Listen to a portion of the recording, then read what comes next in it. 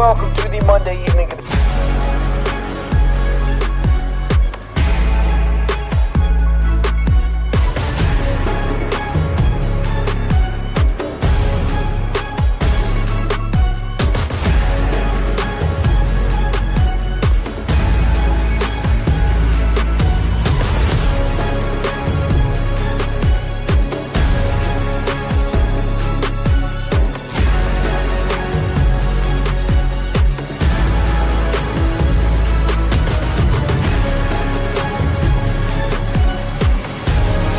Love ball like I do. After Dark, so must listen. That's where I go to get my hoops fixed. This is Field of 68 After Dark.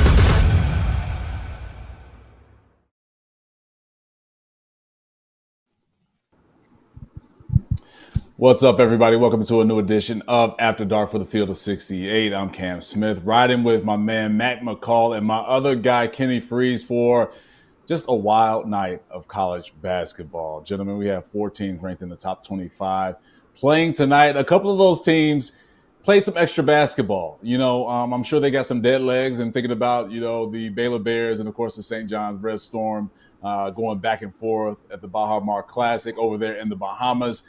And it was just a back and forth game. I mean, it kept you on the edge of your seat. We got a little taste of March in November, which I'm not complaining about because we had the late game dramatics, but when you see the dust settled, it's because of Jeremy Roach with a game-winning shot. 4 seconds left, edge of 4 from St. John's.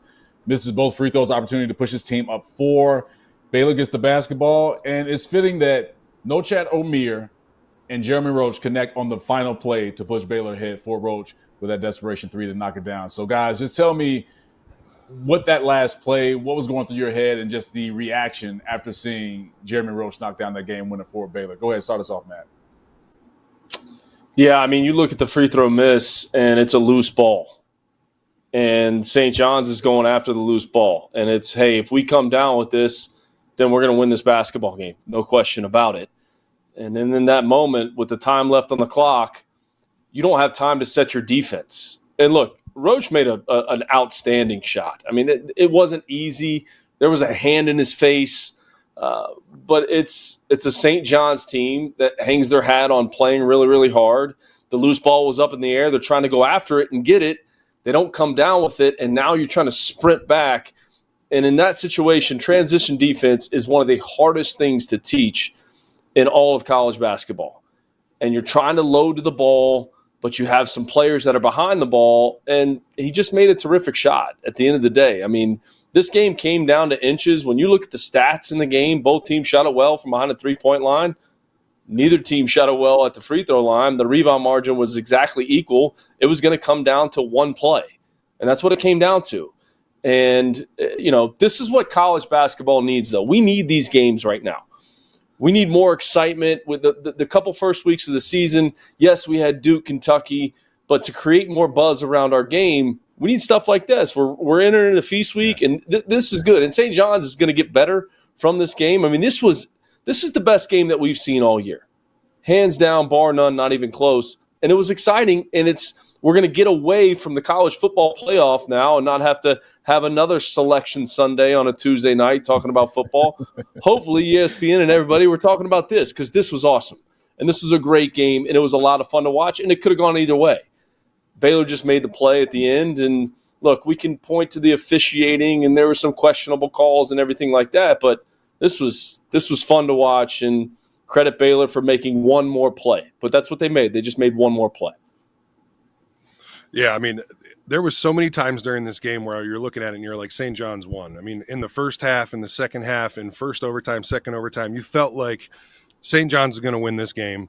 And, obviously you have the 2 big missed free throws at the end. You can't 100% put it on that. Obviously, in that situation, you want to make those shots. But I really agree with your point about the rebound being a loose ball. That is so difficult to set your defense and really find your guy, point out who you have, and the offense is going to have the upper hand there.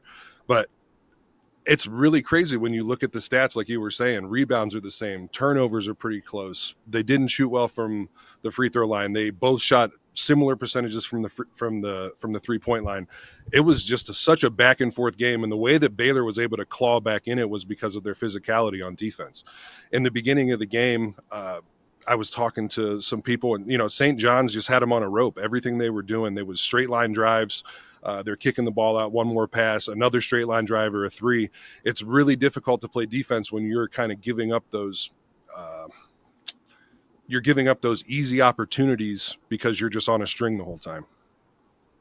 Yeah, and you understand with just basketball in general, it's going to be momentum shifts, but it just felt like for the majority of the game, as we all agree, that with St. John's, they were in control. They had that thing. And when you look at everything from them shooting the basketball, 58% from three, 54% from the field. Obviously, the field could have been a little better, but getting to your point, I mean, it was a point where Baylor just out-toughed them physically. Like, they just bullied them into some uncharacteristic shots. But I'm looking at St. John's in certain situations for them where they will grow from this ball game, but more so with just Baylor and them, obviously, the situation against Gonzaga and wanting to bounce back from that, and they have. But for this win tonight, pushes them forward and kind of helps them forget about that Gonzaga loss. But we got to talk to the source for the reason why the Baylor Bears won that game, and that is Mr. Jeremy Roach. He joined us on After Dark.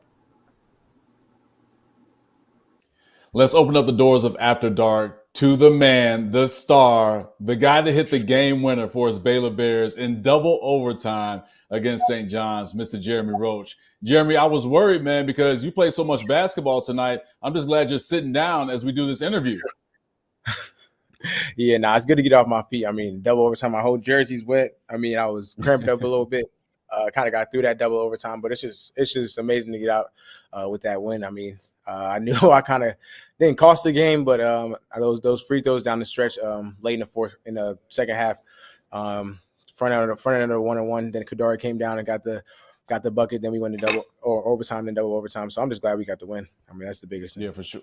For sure, man. I mean, you're the second leading scorer behind Norchad or Mir. I mean, you two guys, obviously, guys that have been through the wars of college basketball at your respective stops previously before at Baylor. But for you, what clicked in that moment? What did you see on that final play? Did you get to your spot and know that if you got to that spot, then you have a great chance of making a shot?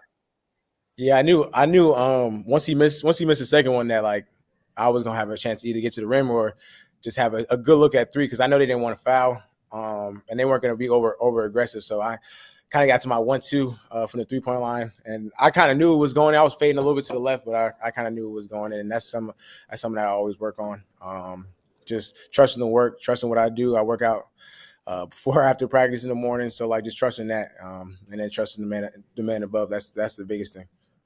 I love that, man, because you said that the magic is in your work, basically from you working on that type of shot. So when you go through those scenarios, obviously you always go through that, especially as a kid, the 3-2-1, and you knock down the shot. But when you think about that buzzer beater and that win and how big that was, where does it rank for you in terms of the game winners that you knocked down throughout your career?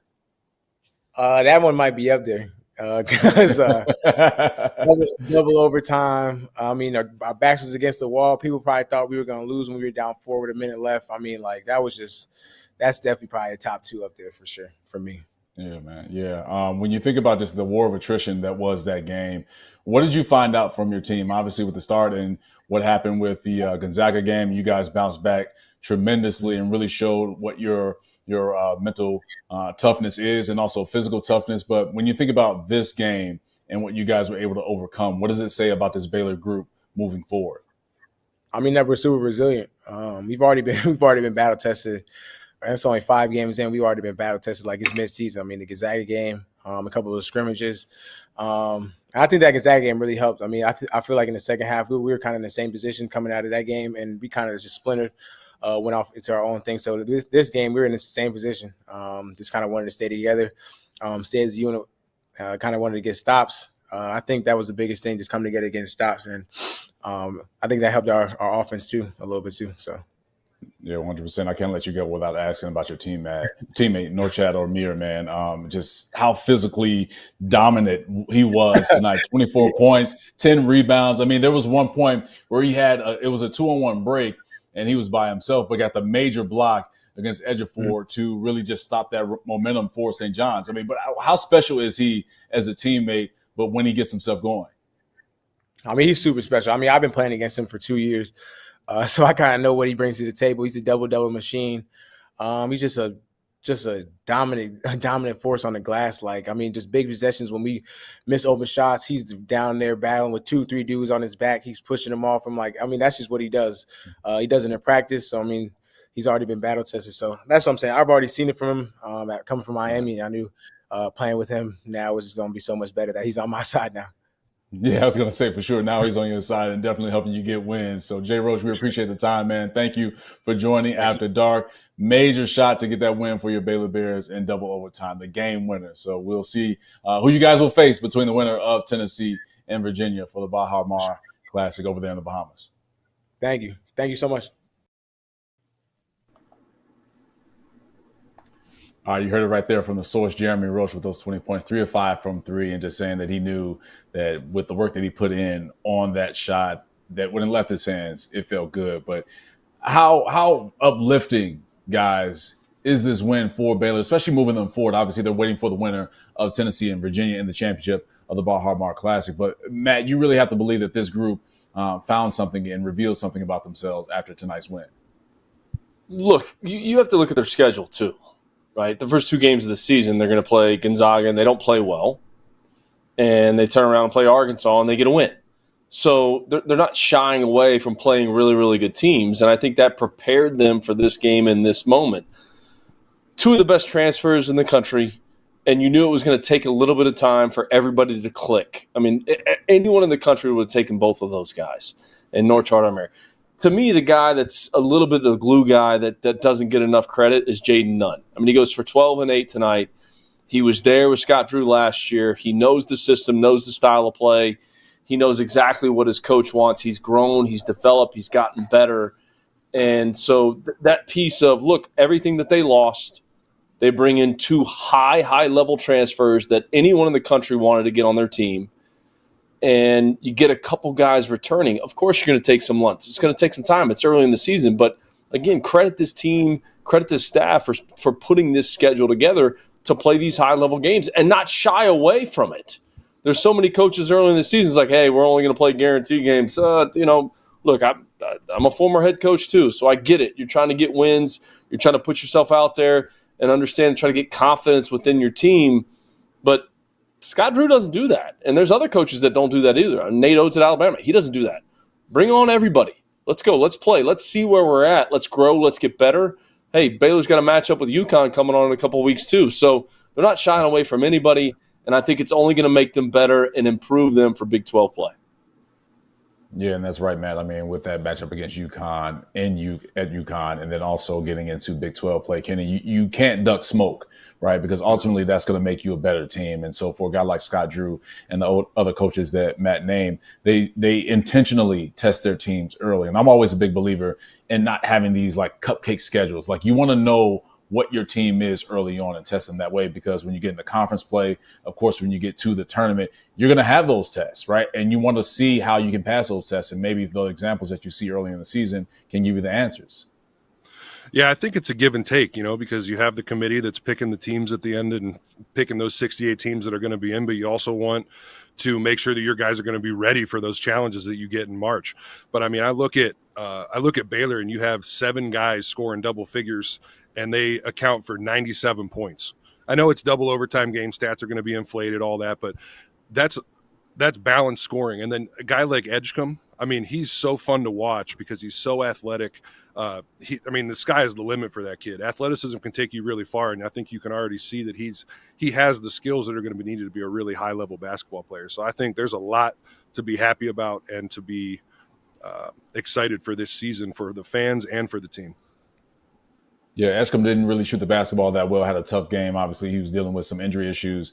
It felt like he was cramping towards the end, as was Kadari Richmond of St. John's. Before 15, only 10 points. But you talk about the other guys for this Baylor team. We talked about Omir, of course, with Jeremy Roach. You bring up a guy and Nunn as well, Matt. But I'm looking at the bench. 31 points off the bench with Jalen Celestine and also freshman Robert Wright III. And it felt like Wright III was doing a little too much. towards the end of the game where he had a turnover, got a shot block, just an ill-advised trying to dipsy-do, get a layup to go over a taller defender. But there's something there when it comes to the depth and guys being ready for that moment to step up, and we saw it tonight. Yeah, no question about it. And you bring up Celestine. I mean, look, he's been one of the best three-point shooters in the entire country throughout his career. He knows how to knock down shots. He did it again tonight. That's what he brings to the table. So when you look at their depth and, again, their schedule preparing them for Big 12 play, I mean, this team is really, really good. I mean, yes, they didn't play great the first game of the season against a really good Gonzaga team, who another guy in Mark Few is not scared to schedule anybody in the country. You pull up Gonzaga's schedule, I mean, they'll play everybody. So this team's for real, and they're going to be right there, and they're going to be right there in the end, and they're going to be prepared to line up and play against anybody. All right, on the flip side of this game, we got to talk about – oh, go ahead, Kenny, my bad. No, I was just going to say something else I think that you're seeing early on in this Baylor season is that they're trying to figure out what defense they want to play.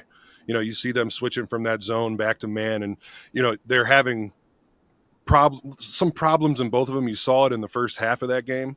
But, you know, towards the end of the game, they were able to use their toughness and physicality to kind of outweigh those deficiencies on defense that they have. But I think that they're just trying to figure it out. And so that's going to be something that as we move through the season, I'm going to be excited to see how he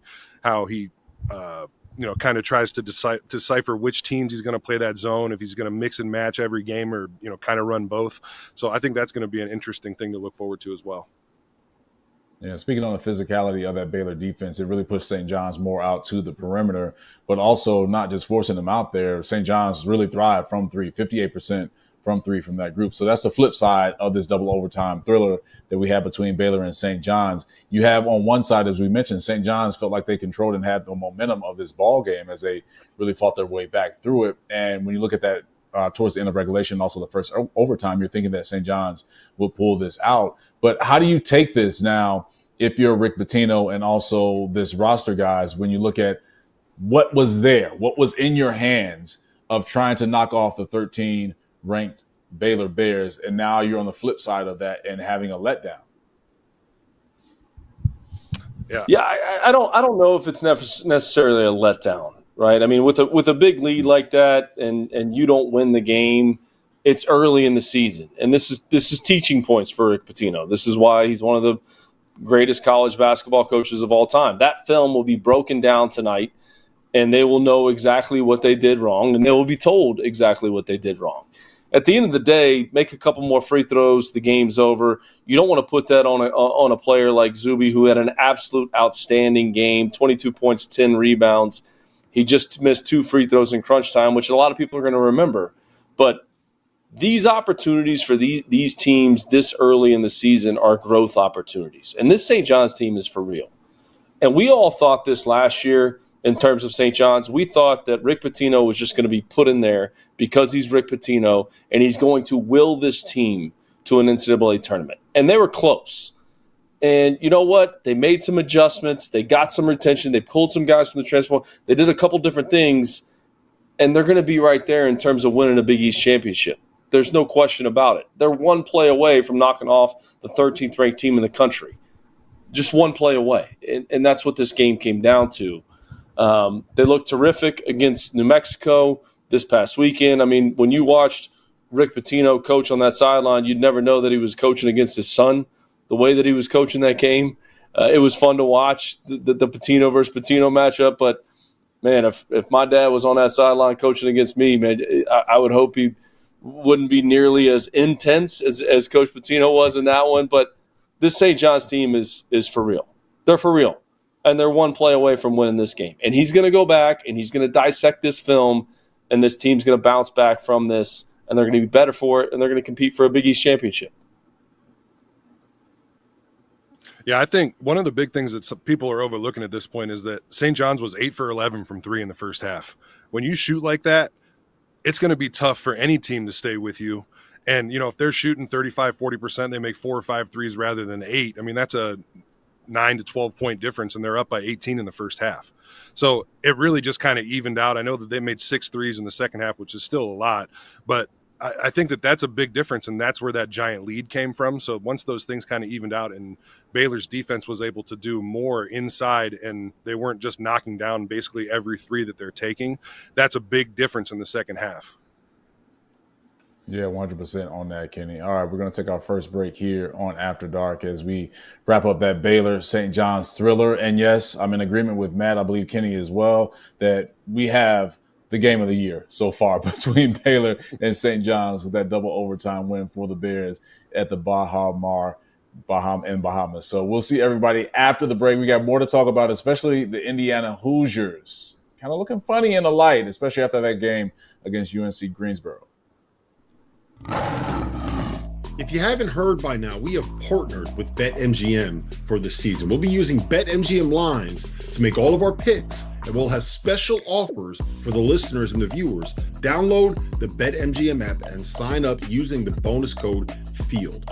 Deposit at least $10 and place your first wager on any game, and you'll receive up to $1,500 in bonus bets. Go download the BetMGM app and use the code FIELD today.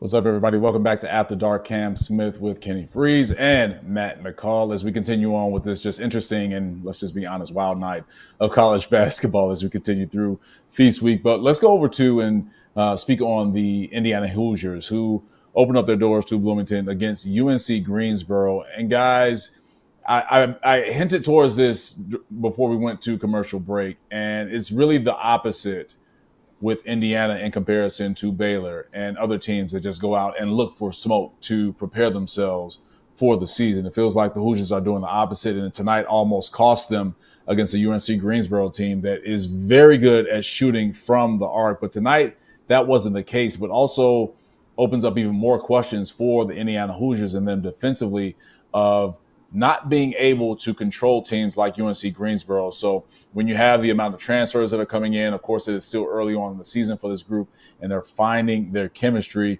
There's still some big red flags seeing that at least I've seen from this Indiana Hoosiers team. Matt, are you feeling the same way, especially with them?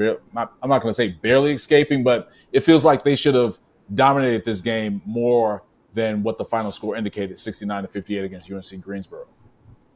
So our colleague Jeff Goodman went on a rant the other night about how great they can shoot. They can shoot. They can shoot. Indiana can finally shoot. That's a good Jeff Goodman impression too. They can shoot. This is what they do. They can shoot. Guess what? They didn't shoot it great tonight. I mean, look, as simple as it sounds, you make shots, the game's easier. And look, Mike Jones at UNC Greensboro, great coach. Let's not discount what he's doing. But when Indiana shoots the ball well from the perimeter, and this has been kind of their kryptonite over the last couple of years, they've struggled. And they struggled in this game because they didn't make shots behind the three-point line. That's it at the end of the day. Look, this Greensboro team, when you look at the Southern Conference, they're always right there, whether it was Wes Miller. Now Mike shows what they're doing is they're always going to be in the mix in terms of that. And Indiana didn't make shots. And I agree, man, that, like, in terms of the schedule and scheduling to see where your team is at this early in the season, I think it's big. And let's see where we need to get better. Let's see what we need to improve on. When you have job security, that's easier to do, right? If you're Bill Self, man, you can schedule anybody, you can play anybody, nothing's going to happen. Doesn't matter, right? If you're Mark Few, you can schedule anybody, play anybody, doesn't matter. If you're Scott Drew, you can play anybody, it doesn't matter what happens, what's the results of the game. But it also is going to make your team better. But we'll see where this Indiana team is at when they really line up and play against somebody. I think they're really, really talented. But to Jeff Goodman's point, they can shoot. Tonight, they didn't shoot the ball well from the perimeter, and that's the reason this game was close. But Mike Jones from Greensboro is a good coach. I think that there's a feeling in certain programs out there where there's, they really want them to get good again, and I think I wonder how much that affects the players and the coaches that play for Indiana, because the fan base is obviously rabid. They want Indiana to be good.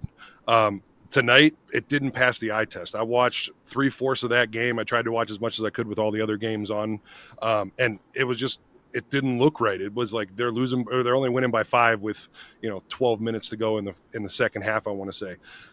They didn't shoot the ball well. They weren't super physical. The rebounding battle, they only won it by 5.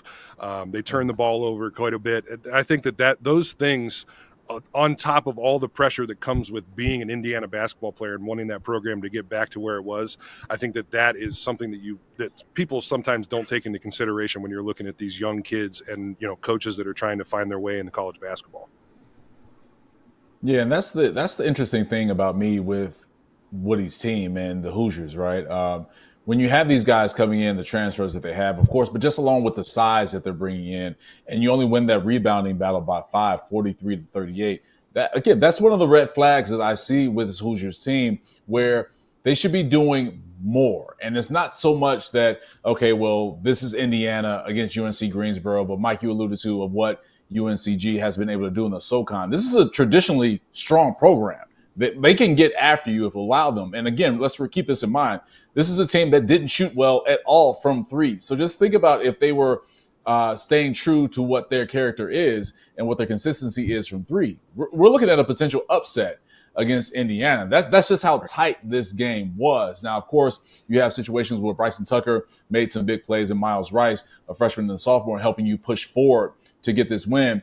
But I'm really concerned about this Indiana team, because looking at their schedule moving forward, they're off until next Thursday when they face off against Louisville.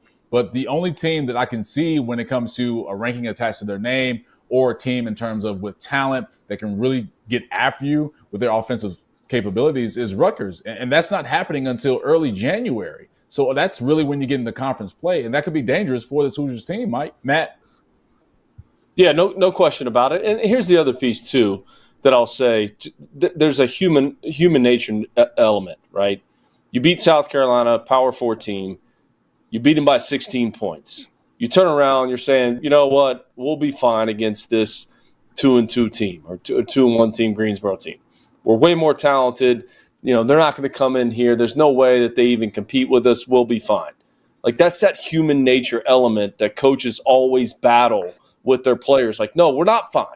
We're not fine. This team is coming in here. Yes, we're paying them to come into our building. We're giving them a check, but we're not fine. And they're going to come in here and try to win the game.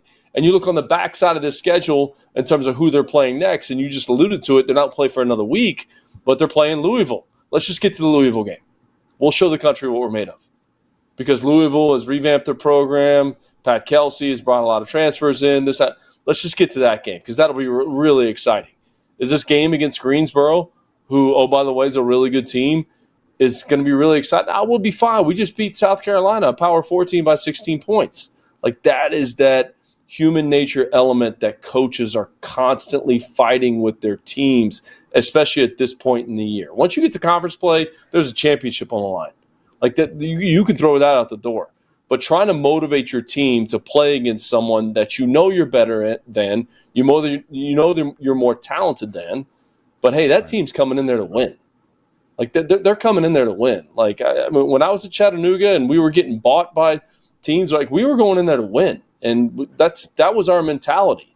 And I think sometimes players don't understand that. Like, hey, we'll be fine because we're more talented. No, man. These teams are coming in there, and they're coming to win the game. I think in my playing career, exactly what you said happened. I mean, it's such a difficult thing to get over. And I've been on both sides of it, where you're the underdog or you're the favorite, where you feel like there's no chance you're going to lose this game. Then you come out and you get punched in the mouth and you're like, whoa, we really have to compete tonight. So that's something that I don't think you're ever going to get rid of it completely, but you're right. They're playing big games before, they have a big game after. It's very easy as a player to overlook that. And one of the big things that in the NIL era is that these guys are all playing for jobs at this point. So, they're coming in and they're like, well, yeah, of course I want to have a big game against Indiana because, that could be a stepping stone for me to go to next year. What team am I going to play for? Yeah. That's a great point. That's the era we live in too, Kenny, right? Like, I mean, that's now like, let me prove myself. Like, these guys are making more money than me. I'm going to prove myself that I can go out there and do this. And just talking about on those lines, and I'm here at the Greenbrier Classic. I don't know if you guys can tell from my background behind me, and we got some lovely decor in these hotel rooms here at the Greenbrier, which is a great event. We got 4 teams that are all undefeated, but I was spending some time with Jeff Capel today after practice from Pittsburgh, whose team is undefeated, and they're going to line up and play against LSU tomorrow, which is going to be a great game. And we were talking about his time at Duke and, how teams sometimes always have a letdown. And he said this stat to me. He said, when teams beat Duke, 92% of the time after that game, they lose their next game. When they beat Duke in Cameron Indoor Stadium, it was like the most outstanding stat I've heard, just in terms of like, hey, look, we're getting all fired up. We're excited about this game. We're playing against one of the more storied programs in all of history. And you turn around and you line up and you have a letdown against a team that's not Duke. And that's what happens. It's that human nature element of, a coach's battle of constantly trying to keep your team engaged no matter who we're lining up and playing against.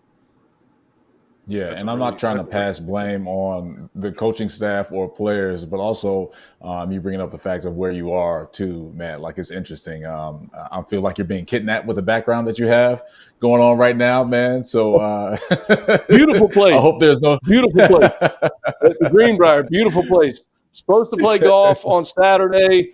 CBS was going to send a camera crew. We're going to take some shots out on the golf course. Been snowing all day. I don't know if we're going to get that opportunity. Maybe shoot some skeet. Never done that in my life, so maybe we can do that. But beautiful place. But it's an older hotel. There's no question about it. I tried to create my background as best as I could. God, I didn't want to get yelled at by Doster or Goodman at all.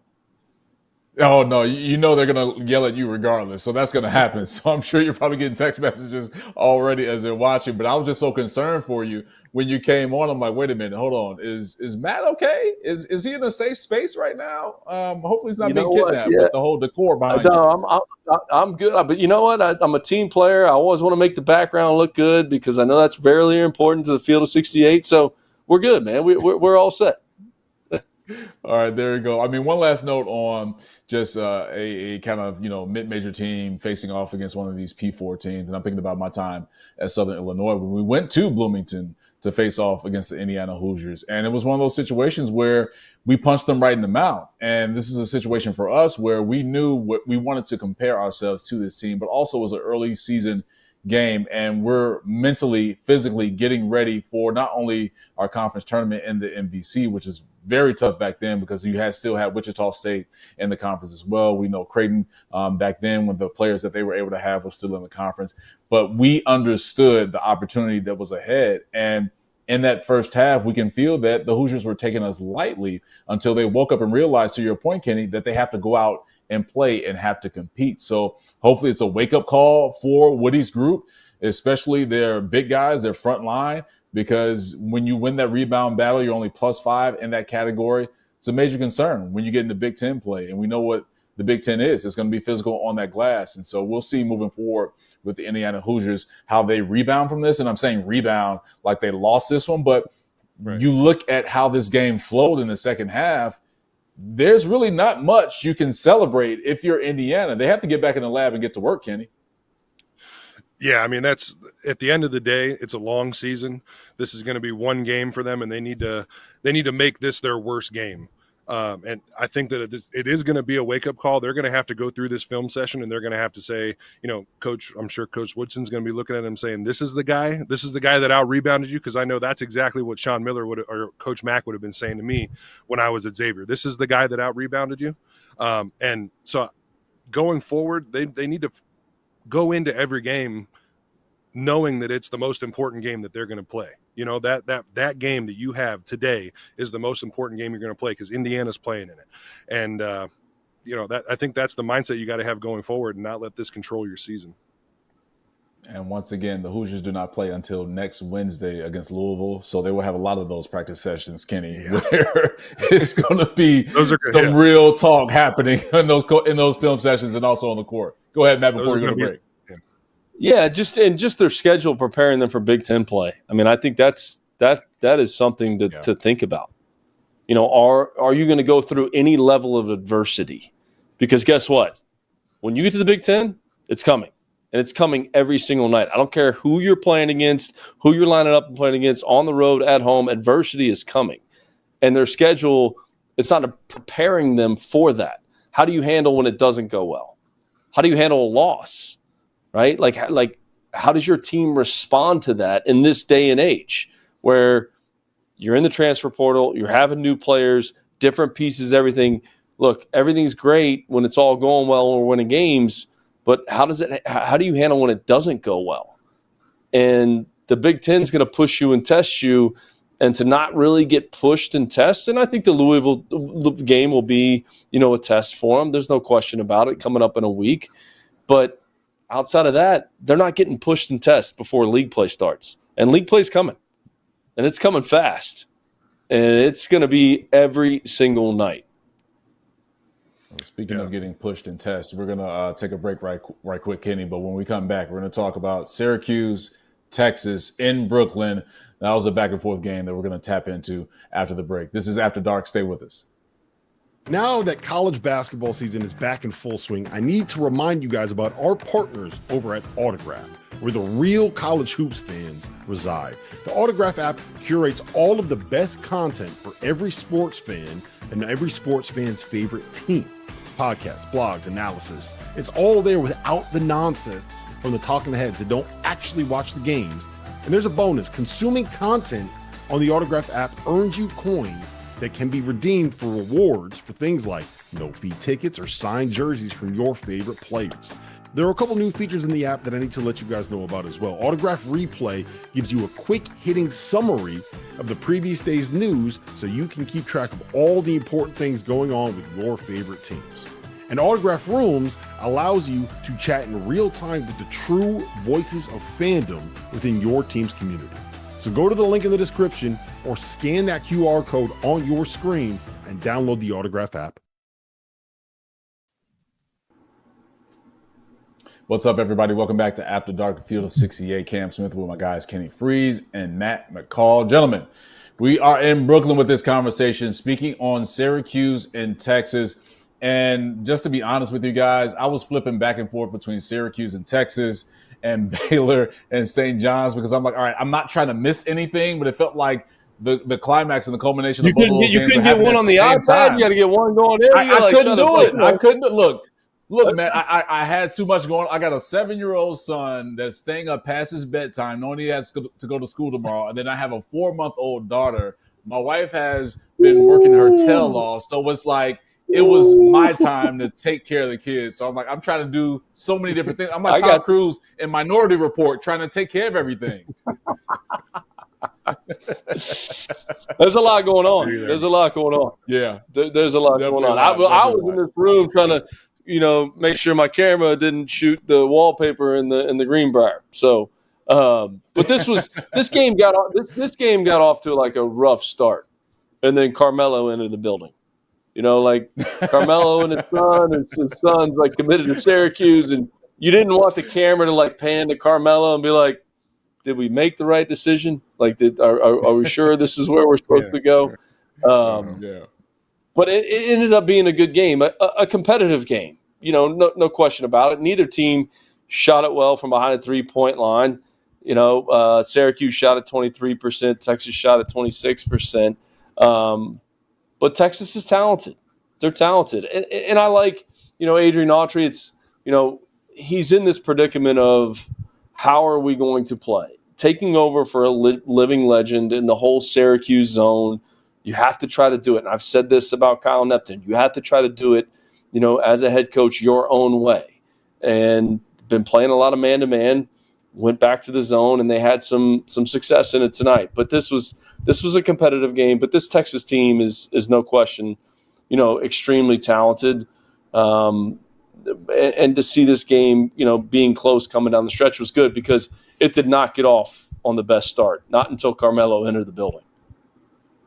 Yeah, they're like, wait a minute, hold on. We got star power on the sideline, so let's go ahead and step up our game. Go ahead, Kenny. Especially with his son committed to the team. Right.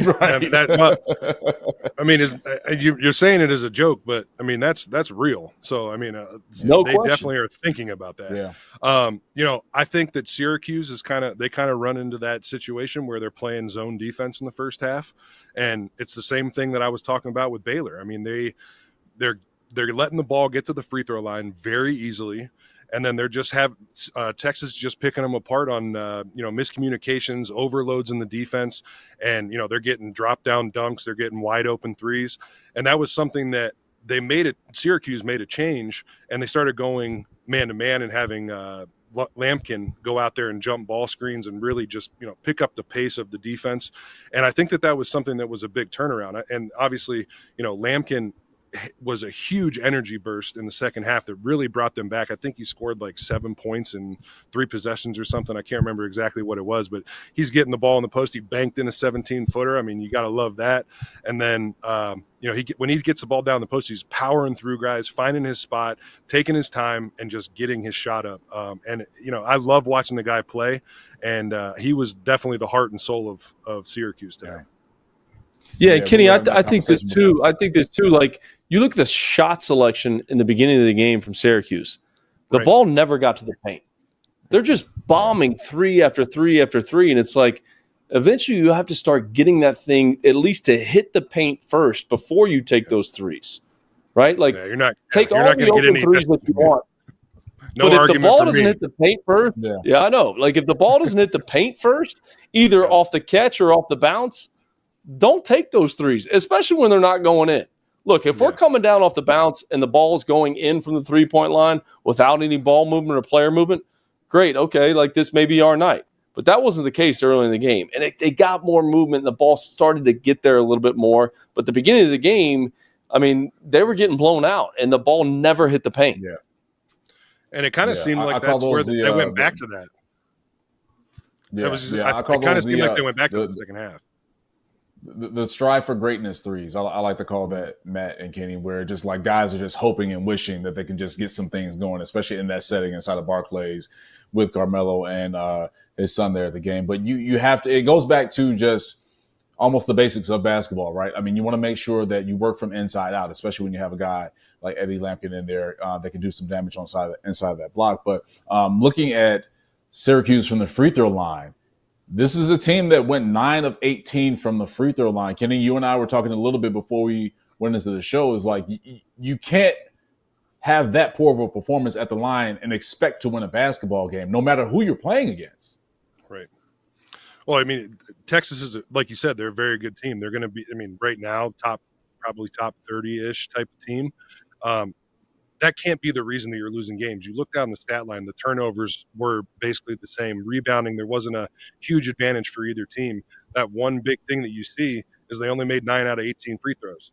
Texas only made 12, but they only shot 14. If you're able to connect on some of those, it's a different game all the way throughout, and the end of the game looks different. But I really think that Syracuse kind of went back to that, getting away from Lampkin towards the end of the game. And, my mom and my dad always used to say, dance with the date that got you there. That's the guy that brought him back into the game. He had 6 assists, I think. He played well. He played really well, and they just kind of got away from him. And I think that was a difference in the game.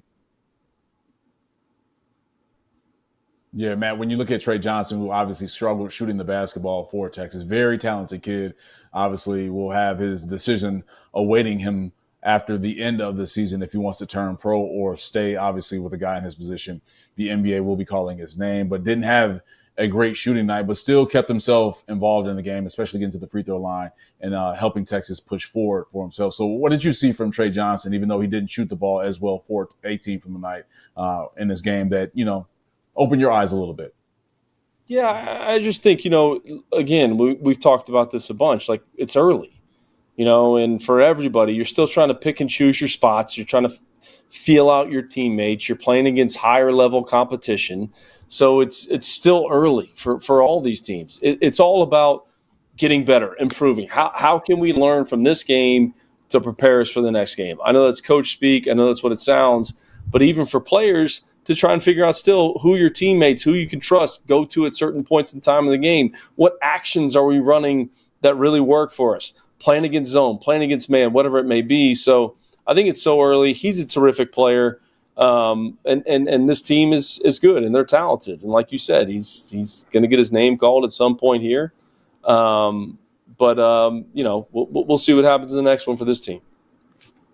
Yeah, the game that followed that was Texas Tech and St. Joe's UKG Legends Classic. My goodness, St. Joe's, just how they shoot the basketball. And Matt, we were talking a little bit about this during one of the breaks of Eric Reynolds and just how great of a shooter he is. He really came into this game not shooting well at all. I believe he was at 28% from three. But if you look at him from his career, he's a guy that definitely can knock it down. He had 26 points tonight. And when you look at what he was able to do from the arc, has that ultimate green light, 11 attempts, but knocked down 6 of them. So what did you see from this game with St. Joe's and really what they're doing? Because they have some guys that can really get after it, especially shooting that ball. Look, they had one hiccup, and they lost to Central Connecticut. And this is no knock on Central Connecticut, but that wasn't a great loss for them. Had they won that game and won this game and beaten Villanova, you're sitting at this team, hey, man, this may be the favorite to win the Atlantic 10. And I look at the Atlantic 10, VCU lost to Seton Hall tonight. I think Dayton's terrific. Dayton's undefeated. St. Louis, Robbie Avalaw, as long as he's out there and he's healthy, is going to have a chance. There's other teams in the Atlantic 10 that can compete. But when you throw out Eric Reynolds, who in my opinion is an NBA player with what he brings to the table, he keeps you in every single game, every single night, no matter who you're lining up and playing against. He has 26 points tonight, goes 6 for 11 from three. Cam, you just said it, hadn't shot it great. He has shot it great throughout his career. You got Xavier Brown, who makes 13 free throws, doesn't play great, but doesn't shoot it great, but goes 13 of 13 from the free throw line, 20 points tonight, was one of the best freshmen in the entire Atlantic 10. Like, this team is for real. Yeah. Like, they're for real. And Billy Lang, look, man, he walked into a situation where he's taken over for Phil Martelli, who is a living legend for St. Joe's. That's not easy to do. And he's weathered the storm. And he's blocked out the noise and blocked out the distractions and has got this team playing at a high level. They're for real. Had they not had that one hiccup against Central Connecticut, we'd be sitting there thinking, man, should they be getting votes in the top 25? And I'm not trying to put pressure on Billy Lang and St. Joe's, but you have two guards like that, they're going to keep you in every single game you play. They've already knocked off Villanova. They win this game tonight. Man, just an unbelievable performance. And St. Joe's is going to be there in terms of the Atlantic 10.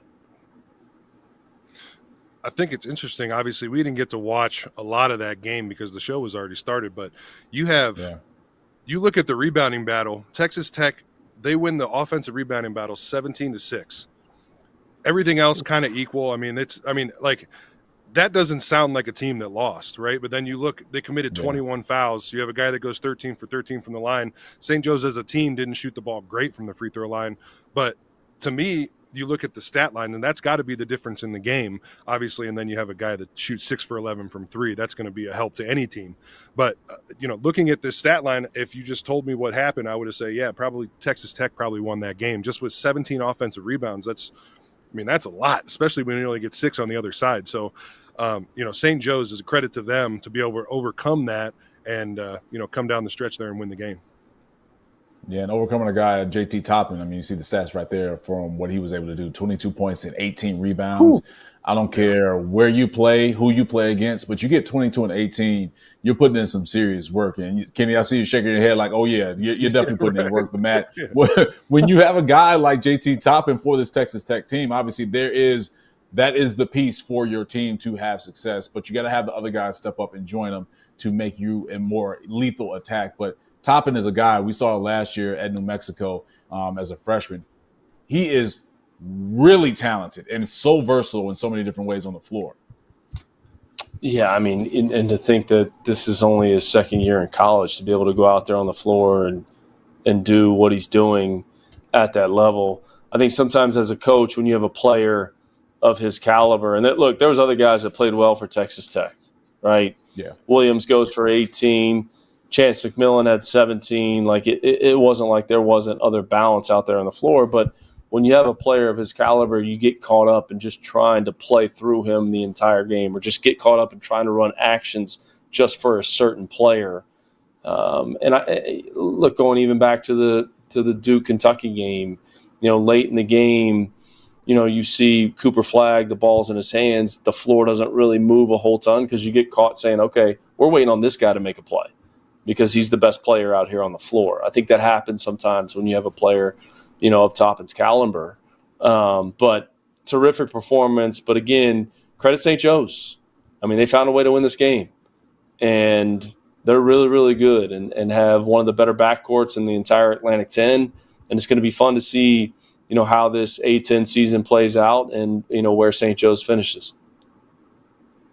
Yeah, I can't wait to continue watching Rashir Fleming and Eric Reynolds. Those dudes can definitely shoot the leather off the basketball. All right, let's take our final time out here on After Dark. But when we come back, we got the toast of the night waiting for everybody. So make sure you stay with us for that. Now that the college basketball season is in full swing, you need to make sure that you have access to the best betting tool on the market, the Rhythm app. Spelled RITHMN, is a data-backed app that uses AI and analytics to identify inefficiencies in betting lines and the player prop market that will allow you, the user, to profit. You can create customized, analytics-driven betting models tailored to your personal preferences as a bettor. Users have access to up-to-the-second against-the-spread data. And if you're like me and you understand pictures better than numbers on a screen, Rhythm's internal trend analysis provides you with the kind of graphs that will allow you to evaluate past results and project future performance in a visual way. Every Division I college basketball team is included in the Rhythm's metrics. Free subscribers to the Field of 68 Daily will get 25% off for a Rhythm subscription. Use the QR code on the screen to sign up or download at the link in the description. All right, time to wrap up the Field of 68 After Dark tonight. And look, before we do that, I told you we have our toast of the night. Before we get there, though, we got to preview Duke in Arizona going down tomorrow night in Tucson. This is a home-and-home series. Last year we saw the Wildcats go into Cameron Indoor and get a win against them. This is a Duke team coming off a win against Wofford, obviously the game before that loss against Kentucky at the Champions Classic. So, Matt, when you look at this matchup heading into tomorrow night, what's the area of interest for you? Man, can Arizona defend without fouling? I think that you look at their game and their matchup against Wisconsin. I mean, Wisconsin shot 41 free throws in the game. Like, that was a huge, huge stat. And the ultimate reason, look, the Kohl Center is a tough place to play. The place was absolutely rocking. Give Wisconsin credit for being able to find a way to win that basketball game. But the free throw margin, I'm paying attention to that. Can Arizona defend without fouling and keep Duke off the free throw line? And how do they respond, right? Like, we've seen some teams, we're talking about a Baylor that doesn't play great in the first game of the season against Gonzaga. They turn around and, find a way to win a big game tonight in their schedule and different things like that. So how does Arizona respond coming out of that game against Wisconsin? Like that, I'm anxious to see that because I think Arizona's really good. I think they're talented. I think offensively for how they play, but how do they respond to this game? I think Duke, when we look at them, they're going to be playing their best basketball in February. I really believe that. And I think early season games and early season tests, like playing against Kentucky, like playing this game, is only going to make them better. I'm more anxious to see how does Arizona respond after that loss to Wisconsin. Yeah. All right. Well, how about you, Kenny? I mean, I think for me, any game that Duke's a part of, the first thing you're going to think, and not just for me, for everybody, the first thing you're going to think about is Cooper Flagg. I mean, he's leading the team in every single stat that they keep track of. How well is he able to rebound from, having a couple big turnovers in the end of last game against Kentucky? And I mean, I'm not saying that it's his fault that they lost, but I think that those things, especially for a young player, talking about, them playing their best basketball in February, that's going to make him a better player. Just always winning, always being on top, always doing well. Those things that can give you a false sense of security.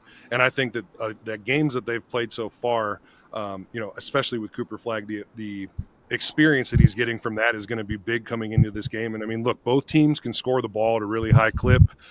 It's just, at the end of the day, this game might come down to who has the ball last. Yeah, maybe shades of Baylor and St. John's from what we saw tonight in the Bahamas. Hopefully no double overtime with it, but maybe we want double overtime for a little more drama. Oh, yeah, we want double overtime. Come on, man. What are you excited? We want double overtime tomorrow in the Pittsburgh LSU game. We got Wisconsin, UCF. We want double overtime in all those games. Come on, man. Come on, Matt. I told you my situation tonight, man. I'm trying to balance both kids at home while my wife is chilling because she deserves it. And I'm also trying to flip back and forth between all these dramatic games that we have, man. So, I mean, if we get it, I can't wait for you. I can't wait till you go for number 3. I can't wait. 3 changes the game. I got 3. I had 2. 3 changes the game. Just wait. You'll be there. Yeah. You'll be there. Look, hey, I'm at 7, 4, and 2 right now. It's wild around the Frease house. Man. Kenny, tell 3 changes the game. It's different, man. It is. No. You're out once you get outnumbered, it's over. It's over. Look, I'm running this episode back with my wife just to show her, like, no, we're not going for 3. We're staying at 2, and we're good to go. All right. Sounds good now. Good luck. But before we get out of here, guys, let's give our toast of the night from what we saw throughout the landscape of college basketball. So, Kenny, start us off, man. Who gets your toast of the night? I mean, I talked about him earlier. My toast of the night's going to Eddie Lampkin. He became a college basketball household name last year in the tournament. It was so much fun to watch him. He comes back to Syracuse this year, bringing the same energy, bringing that same attitude, and just, the fans really loving to watch him play. He did everything he could to bring them back in the game tonight. The way he sees the floor, with his 6 assists that he had, he plays with a high motor. He was able to get out, play defense on multiple people in different possessions, and it was a lot of fun watching him play, and I hope that we see a lot more of what he has to offer, and Syracuse kind of makes him more of a centerpiece of their team going forward. So, cheers to Eddie Lampkin tonight. All right, Matt, where you going? I probably should pick the obvious choice in Jeremy Roach and the shot and everything, but I'm going to pivot a little bit just because of what I saw tonight in the Greenbrier Classic. I want to give a shout out to the student managers that have started this whole manager games. Mm-hmm. And I walked down into the gym tonight. I was walking past it, and Pitt was playing against LSU. And all of Pitt's players were on the sideline cheering on their student managers playing against LSU. And as a former student manager, man, at the University of Florida, if I was playing in Rupp Arena as a student manager against Kentucky managers, man, I'd have been trying to get my game off. So you know what? I want to give a toast tonight to the manager basketball games, and it was high intensity level. I do think Pittsburgh pulled it out tonight in the manager game. I didn't stay for long. I just kind of peeked my head in there, but toast to Jeremy Roach. Great shot, Baylor, but shout out to the managers in the manager game, man. Definitely. Yeah, I got to say the crosstown shootout, Xavier Cincinnati, the manager game before that was always pretty intense as well. I loved watching that. I mean, and Pittsburgh's entire team was in there cheering on these kids. It was awesome to watch.